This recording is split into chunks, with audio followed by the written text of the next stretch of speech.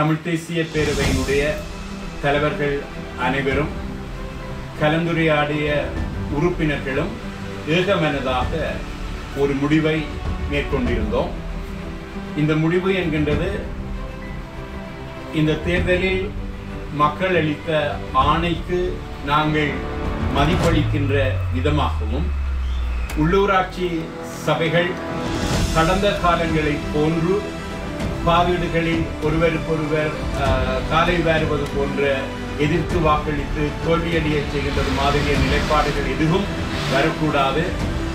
மக்களுக்கு தமிழ் தேசிய அரசியல் கட்சிகளின் மீது ஒரு வெறுப்பு ஏற்பட்டுவிடக்கூடாது என்பன போன்ற பல விடயங்களை கருத்தில் கொண்டு எந்த ஒரு கட்சியும் அறுதி பெரும்பான்மை பெற்று தனித்து ஆட்சி அமைக்க முடியாத ஒரு நிலையில் இயன்ற வரைக்கும் நிலையான ஒரு ஆட்சியை எங்களுடைய தமிழர் தாயகத்தில் உள்ள உள்ளூராட்சி மன்றங்களில் அமைக்க வேண்டும் என்பதையும் கருத்தில் கொண்டு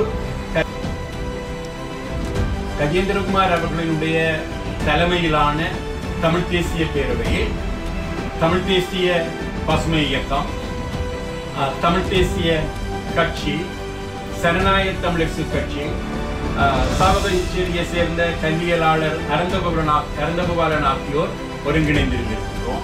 இங்கே எல்லோரினதும் கூட்டு முடிவாகவே இந்த முடிவு எட்டப்பட்டிருக்கின்றது. நடைபெற்ற உள்ளூராட்சி தேர்தலில் அகில இலங்கை தமிழ் காங்கிரசின் சைக்கிள் சின்னத்தில் போட்டியிட்டு வெற்றி பெற்ற தமிழ் தேசிய பேரவையினுடைய உறுப்பினர்களுடன் கடந்த ஞாயிற்றுக்கிழமை கஜேந்திரகுமார் அவர்களுடைய தலைமையில் தமிழ் தேசிய பேரவையினர் கலந்துரையாடல் ஒன்றை மேற்கொண்டிருந்தனர்.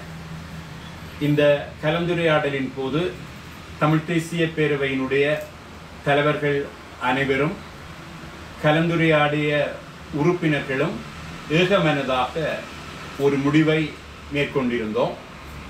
இந்த முடிவு என்கின்றது இந்த தேர்தலில் மக்கள் அளித்த ஆணைக்கு நாங்கள் மதிப்பளிக்கின்ற விதமாகவும் உள்ளூராட்சி சபைகள் கடந்த காலங்களை போன்று பாவீடுகளில் ஒருவருக்கொருவர் காலை வாருவது போன்ற எதிர்த்து வாக்களித்து தோல்வியடைய செய்கின்றது மாதிரிய நிலைப்பாடுகள் எதுவும் வரக்கூடாது.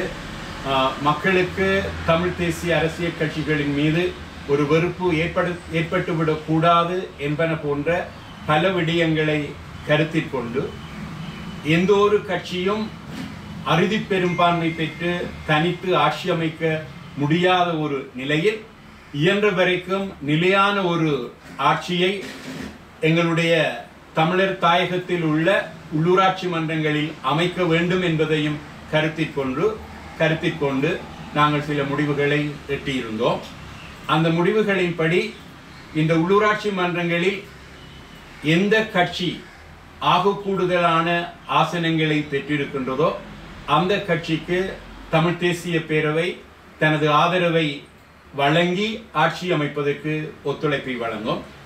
நான் இங்கே எந்த கட்சி என்று சொல்லி குறிப்பிடுகிறது என்பது தமிழ் தேசிய நிலைப்பாடை கொண்ட கட்சிகளுக்கு மாத்திரம்தான் பொருந்தும்.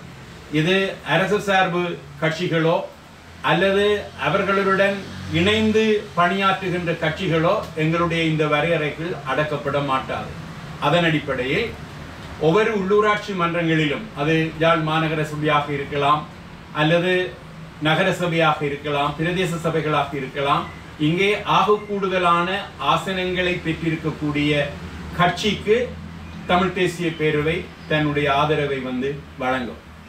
தமிழ் தேசிய பேரவை இரண்டாவது இடத்தில் அதிக ஆசனங்களை பெற்றிருக்குமாக இருந்தால் தார்மீக அடிப்படையில் ஏனைய தமிழ் தேசிய நிலைப்பாடை கொண்ட கட்சிகள் எங்களுடைய வேட்பாளர்கள், அதாவது நாங்கள் நிறுத்துகின்றவர்கள் வெற்றி பெறுவதற்கு, அதாவது துணை தவிசாளராக அல்லது துணை மேயராக வெற்றி பெறுவதற்கு அவர்களுடைய ஆதரவை நல்க வேண்டும் என்கின்றதும் எங்களுடைய பணிவான வேண்டுகோளாக இருந்தது.